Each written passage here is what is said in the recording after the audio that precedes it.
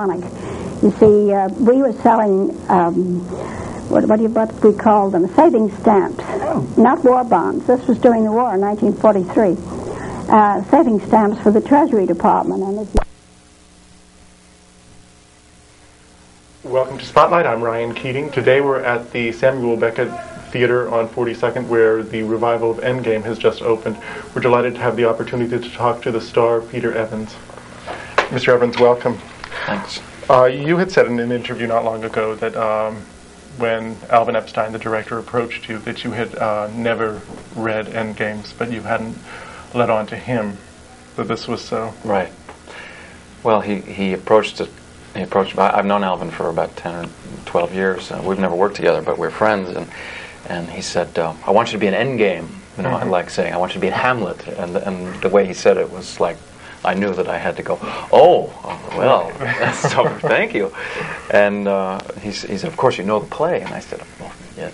And then I lied because I didn't. I mean, I sort of knew that it was maybe two people in trash cans, but that's about all I knew. And then I ran home and got a copy that I had that I was supposed to have read in college that I never read, and there it was.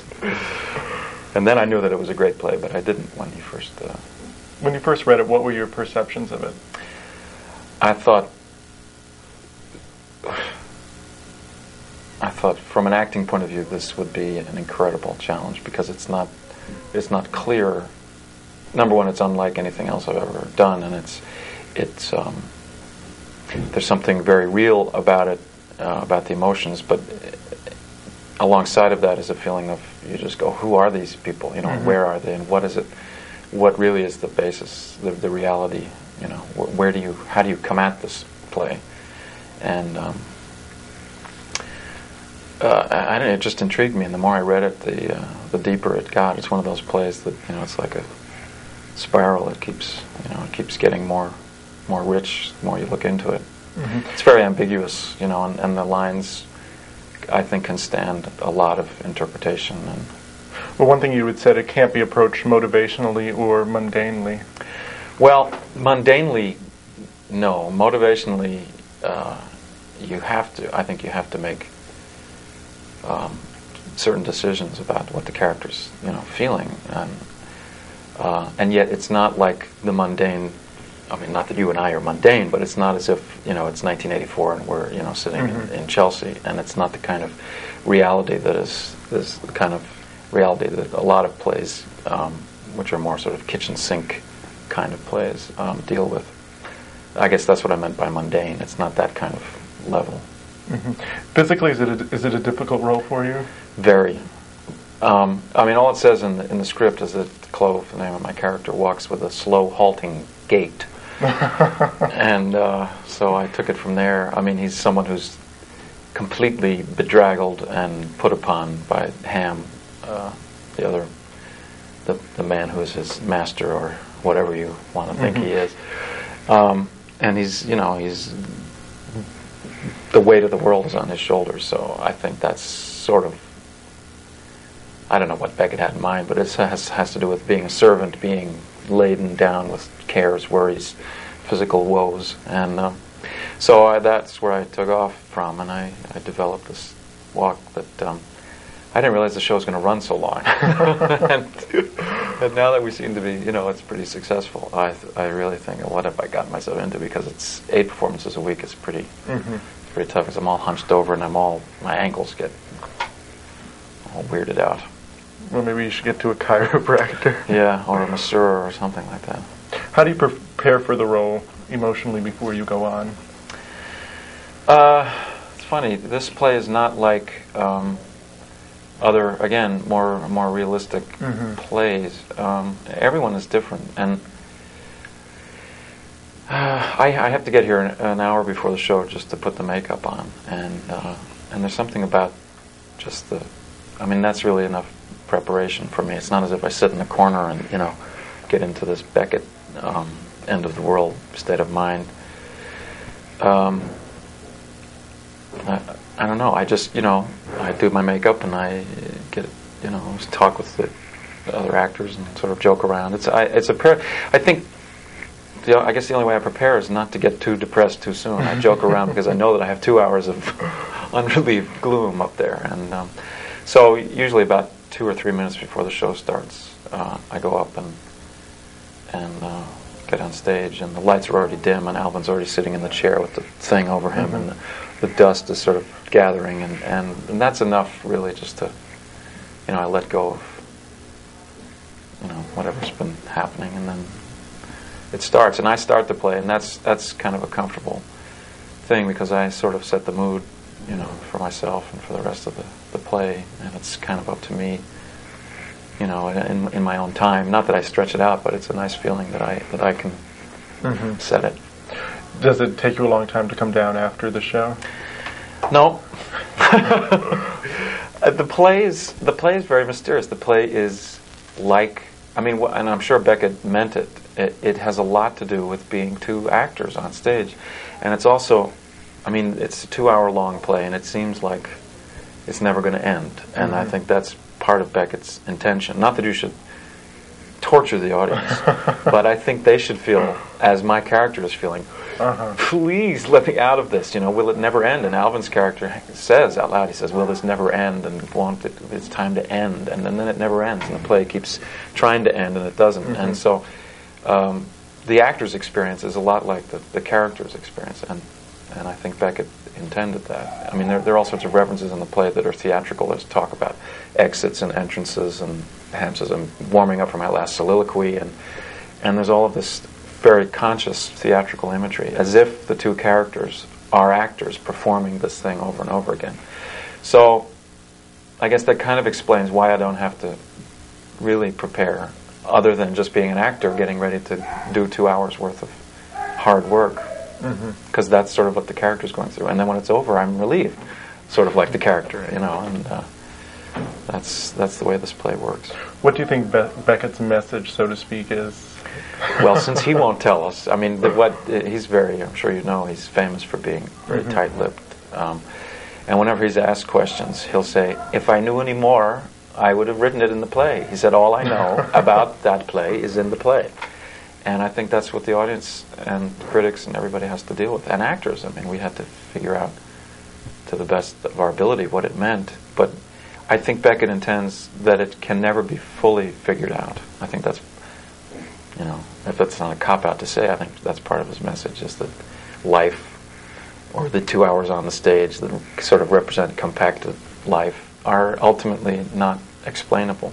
I think, if anything, I think one of the key lines that Alvin's character Ham says, which to me is a really beautiful poetic line. He says, the end is in the beginning, and yet you go on.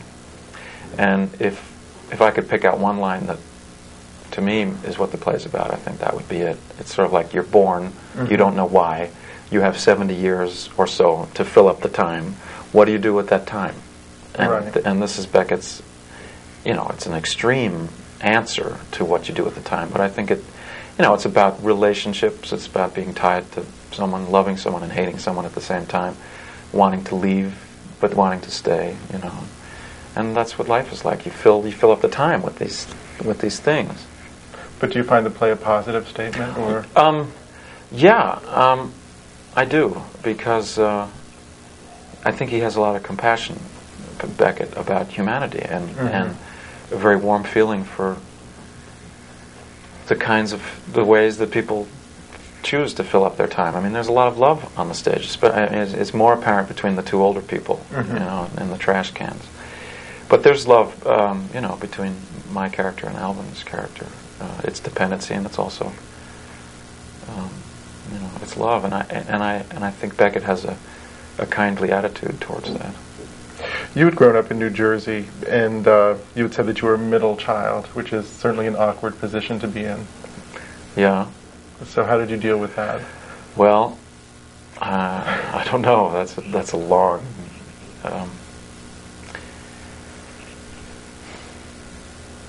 Well, again, you have no choice. It's not as if I planned to be a middle child, and I have an older brother who's 3 years older than me, and he and I are as different as brothers can be, and still being of the same blood. And there's a certain amount of competition that is, I guess, was kind of suppressed, and theater was kind of my way out. I mean, he was someone who was very much great, in sports and all-American civic. I don't mean to put that down. That's just who he is, and the temptation for me to emulate that was very strong. But when it was clear that really wasn't where I was best, then I luckily found that there were other things that I could do where I could be, recognized, and so that was a real saving thing for me. And then I have a younger sister who's 6 years younger than me, and I don't. I mean, she probably has more trouble with the two of us than I have with her. Let me put it that way. So, I guess being middle is tantamount to saying just being the second child is kind of is a difficult situation. And I'm very acutely aware. My brother has 2 children. He has a boy who's 4 and a daughter who's 2, and I love them both. And I just saw them recently, and I see them kind of rarely. And when we get together, they're talking a blue streak to me. And the boy was talking a lot, and Annie, the little girl, was trying to say something, and I'd say, "Just a minute, Paul. Anne is trying to say something." And I was really aware of letting the second, the more vulnerable child, have her chance. So those are my thoughts on that. You said your mother had a French touch, and she can be rather theatrical. Was she very influential in your? Well, mother, everyone's mother is. What can you say? She was not. Nobody in my family has been in the theater, but I guess. Is that an old interview that you got that out of? Oh, I think 2 years old. Well, I don't know. I mean, families are, very dramatic. I mean, a lot of things go on. And she's a very extrovert person and has a great sense of humor. And, what was the question? Well, what I'm trying to get at is who started you off on this kick? Nobody. I mean, I started myself off in a way. I mean, like I said, it was kind of my salvation for, when I was, kind of a fat kid and feeling not in the mainstream of American life. Theater was the thing where I could, expend my energy creatively and profitably. So it's not my mother or my father. They're not stage parents, or they didn't push me into the theater. Just the opposite. Something I discovered on my own, and they were very supportive once they realized that it was important to me. At what point did you realize it's something that you would like to do with your life? Well, that's hard to answer. I mean, I would say I didn't really make the decision to be a professional actor till I was about 20. But I had been virtually, since I was 6 or 7. That's really all that I did. I mean, from puppets to my own little theater in the backyard. I mean, it was I had my own theater that I built, that my father helped me build. And then in school, high school, and college, I was always doing plays. But I think it took me until I was about 19 or 20 to really, I guess, have enough faith in myself that I could, make a go at it. And on the other side, having an older brother who did all the right things, and then he was in the Navy, and he, went to, got a master's degree in government at Harvard, and, so he was doing all the things that, I mean, luckily I didn't have parents who were waiting for me to, take over the family business or something. So being a second child has a lot of benefits as well, because the first child takes care of all of the stuff that one should be doing. You had gone to London to study at the London Central School of Speech and Drama. You were one of 4 American students, I believe. Did you find a culture shock when you went there, or how did you deal with that? Yeah, it was a great experience, but it was a shock, and I think, strangely enough, the shock was not what I expected it to be. I mean, when I went to a drama school, I thought, oh, great, finally somebody's going to whip me into shape. I thought it was going to be like being in the Marines, and because I felt that I needed the voice and movement discipline. But I found that the school was very much, here are the courses, you come if you want to, and if you don't, it's your money, and too bad. So it was really, you had to be, again, self-motivating. And I found that the American students were much more motivated than the English students. And I was really surprised by their kind of very laid-back attitude in terms of energy and I don't know, just sort of nose to the grindstone. I think it's a real American trait to really, get in there. And, which is not to say they weren't. I mean, they were, most of them, really talented, and that kind of relaxation also works to their benefit. But the head of the school later told me, I've stayed in contact with him, and he was over here auditioning American students. And he told me that they try to get at least 4 or 5 Americans a year for that very reason, to boost the energy level of the school. Mm-hmm. And I thought that was really interesting, because it's just something that Americans have uniquely.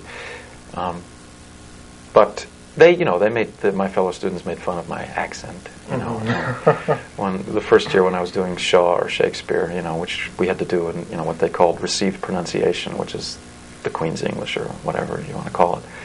I wasn't very adept at it at first, and they made a lot of fun of me. But then the next year, the second year, we did a lot of Arthur Miller and Tennessee Williams, and I'm sure you know that there's nothing worse than an English actor trying to do an American accent if they can't do it well. I mean, even Olivier sometimes sounds really stupid. So it was my turn to point the finger. In terms of living in London, did you have a hard time assimilating? No, I loved London. I mean, I've been an Anglophile for a long time, and I read a lot, and this was like paradise to me. I mean, a lot of the literature that I had been reading, a lot of Henry James, who is an American who had lived most of his life in London. I mean, he's a favorite author of mine, and Virginia Woolf, and those are the people that I was into most then. And so it was a joy to me to be in the city where they had worked, and so I could finally see where all these places were, and I got to know the city really well, and all the museums, and I just walked a lot, and I loved it. I was there for 3 years, and it was fantastic. And of course, the theater, I went to the theater, as much as I could. Is that where you picked up painting? That's kind of where I had started doing that a little bit in college, but there's something about London, and also traveling. I did a lot of traveling in Europe because I had, month-long vacations at Christmas time and spring, and it's much more romantic, and it's more I see something over there, and I go, that's something to paint. Whereas, New York doesn't really do that to me. No, I'm sure it doesn't. Did you have a hard time coming into New York as a performer? Well, not terribly hard. I mean, I had kept certain contacts. I had gone to Yale as an undergraduate, and I worked with Nikos Sakaropoulos, who runs the Williamstown Theater Festival. And I had known him, and I had worked with him even before I went to England. And I kept contact with him, and he liked my work a lot, and had asked me to come to Williamstown that summer that I got out of Central, which was perfect. I mean, it was a great way to, get back in. So I went right directly from Central up to Williamstown, and I did a whole season up there, and then got my equity card, which was super. And then I went to New York, and I did a couple of showcases, and had my share of rejection. But then, actually, quite soon, I was very lucky to be in Streamers, the David Rabe, Mike Nichols play, and that started in December of '75, and I had only gotten out of Central in June of '75. So I can't say that I had a hard time. Not at all. How would you describe your audition for Streamers? Because you auditioned for the author and Mike Nichols as well. Well, it wasn't an audition. I mean, this is a great showbiz story. It's really interesting. It's a little long, but since we have time, it's a fly. I was in this showcase at Manhattan Theater Club called Life Class by David Story, and the only reason I was in that was that they had fired. I had auditioned for it, and they didn't cast me, and they fired somebody after they were running for 2 weeks. And the director said, "Look, we made a mistake. We're going to fire this person. Can you come and take over this role at short notice?" I said, "Sure." So I did that, and while I was in it, Juliet Taylor, who's a casting director, came to see it, and she'd never seen my work before. And she was casting Streamers, and she said, she called my agent and said, "This is a very interesting actor. We'd like to get to know him. We don't want him to audition, but can he help out? Since it's an all-male play and we're all women in the office, we need a guy to read the roles opposite.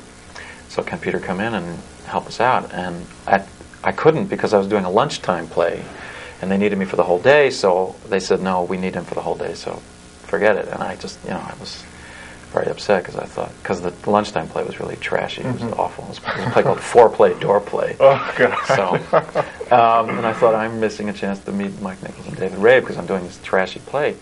So I did the play, and then I did something. I don't know whether it was a sixth sense or what, but I'd called them, which is something that I would never have done. And I was, 25 and very green, but I thought I shouldn't, I should.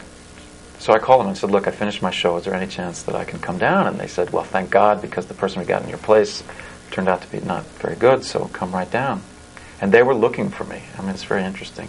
So I got in a cab, and I went down, and they threw the script at me, which I hadn't read, and I started reading various roles depending on who was auditioning, and I met Nichols and Rabe, and I was, as far as I was concerned, my day was made. That's all I could have asked for.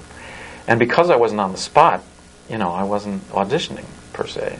I wasn't under scrutiny, and it's a real lesson about auditioning, because in one of the scenes I ended up reading the part that I ended up playing, and I said to myself as I looked at it, I thought, this is something that is not beyond my capabilities, and I'm not going to not act just because I'm not under, under scrutiny. So I, did the scene. I mean, I just read it, and when it was over, Nichols said to the other actor, who I forget the name, and he said, that was very good. And he said, and you too, Evans, I don't know who you are, but that was good too. And we want you to read the script and come back in a couple of hours and read another scene. And then I realized what was going on, and I tried to keep my cool, and I went back. But I had that adrenaline. I mean, it was a great, it all happened in the span of like 3 hours. And at the end of the day, they said, we've been looking all over for someone to play this part, and we haven't been able to get the right combination. And you walked in the door, and it's yours. So, it was like unbelievable. And it was it was this whole series of coincidences, and it was really the most exciting. I mean, that play was, and I think people who saw it will concur that it was really one of the most exciting plays in the last 10 years at least. And those of us who were involved in it, and especially Nichols, who I see off and on, really, we're all really proud of it, and it's like a landmark for all of us who were in it. And it's, when we get together, it's like, army stories. It's like we're old streamers buddies. Well, you had originally done it at Long Wharf, if I'm not mistaken. Yeah, and then at Lincoln Center. So, and now they've, the same team has got this new play, Hurly Burly. Have you seen it? Yes. What do you look for in a director? Because certainly to have your real primary New York debut directed by Mike Nichols. You could say I was spoiled real early. And what do I look for in a director? Well, I look for him to have an idea of where the play is going, what it's about, and not to dictate that to the actors, but to carefully guide and elicit, to make the actor ask of himself the right questions that will gradually lead him to the point where the director knows that it should go. And not that it's not a collaborative effort, but if a director doesn't have a clear point of view, forget it. And you can tell that pretty early on. And I've been lucky enough to have worked with really good directors. Nichols is one, and Jerry Gutierrez is another, who he directed A Life in the Theater and Geniuses.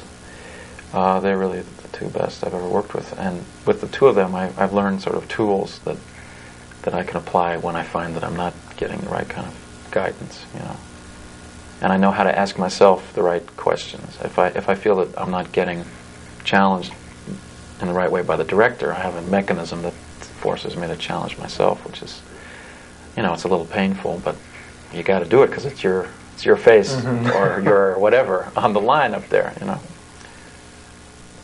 You had been known for a show called The Transfiguration of Benno Blimpie. Benno Blimpie, excuse me.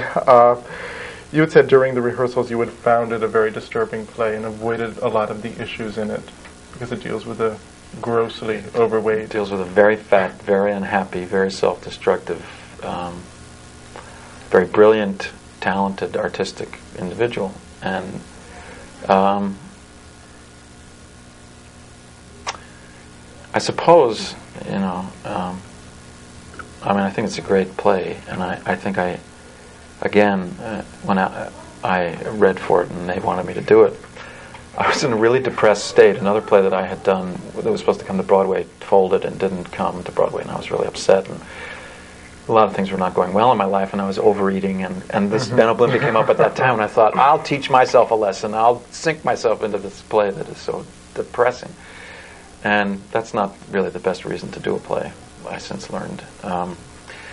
But then when we got into rehearsals, like a month later, I had sort of solved all those problems, and I was feeling a lot better. And I couldn't get myself into that hole of depression that the play requires.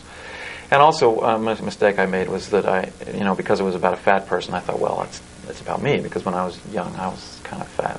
Certainly not like Ben Oblimpia, but it doesn't matter how fat you are. If you're fat and everybody else is thin, you feel, awful. So I felt that there was a lot that I could bring to it. But it's like this play, in that the emotions have to be real, but it's not that mundane kitchen sink reality. So even though I could draw on my own experience, it wasn't anywhere near the kind of size, no pun intended, that Ben Oblimpia had to be. And Albert's plays are really kind of operatic, and and he loves opera, which is very interesting.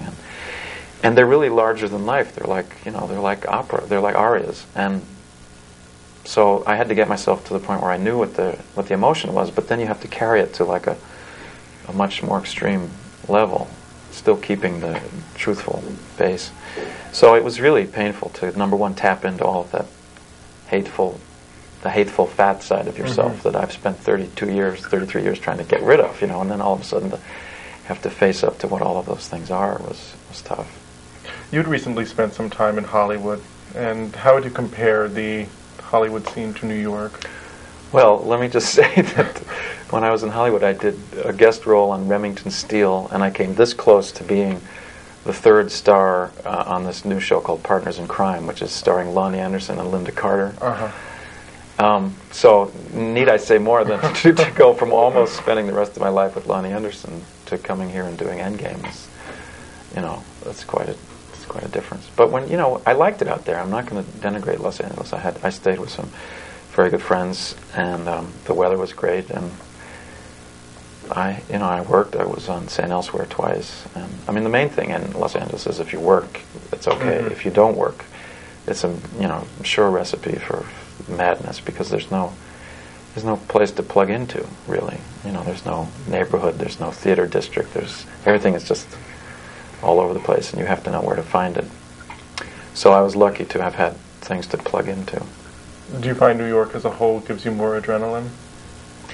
Yeah, and interestingly, when I came back after spending 3 months in L.A., for the first time I felt that New York was too much. And I'd never felt that, because I really feel like I'm a dyed-in-the-wool New Yorker. But I came back, and they were tearing up my street, and it was like World War III. It was like I couldn't believe how noisy it was and how dirty it was.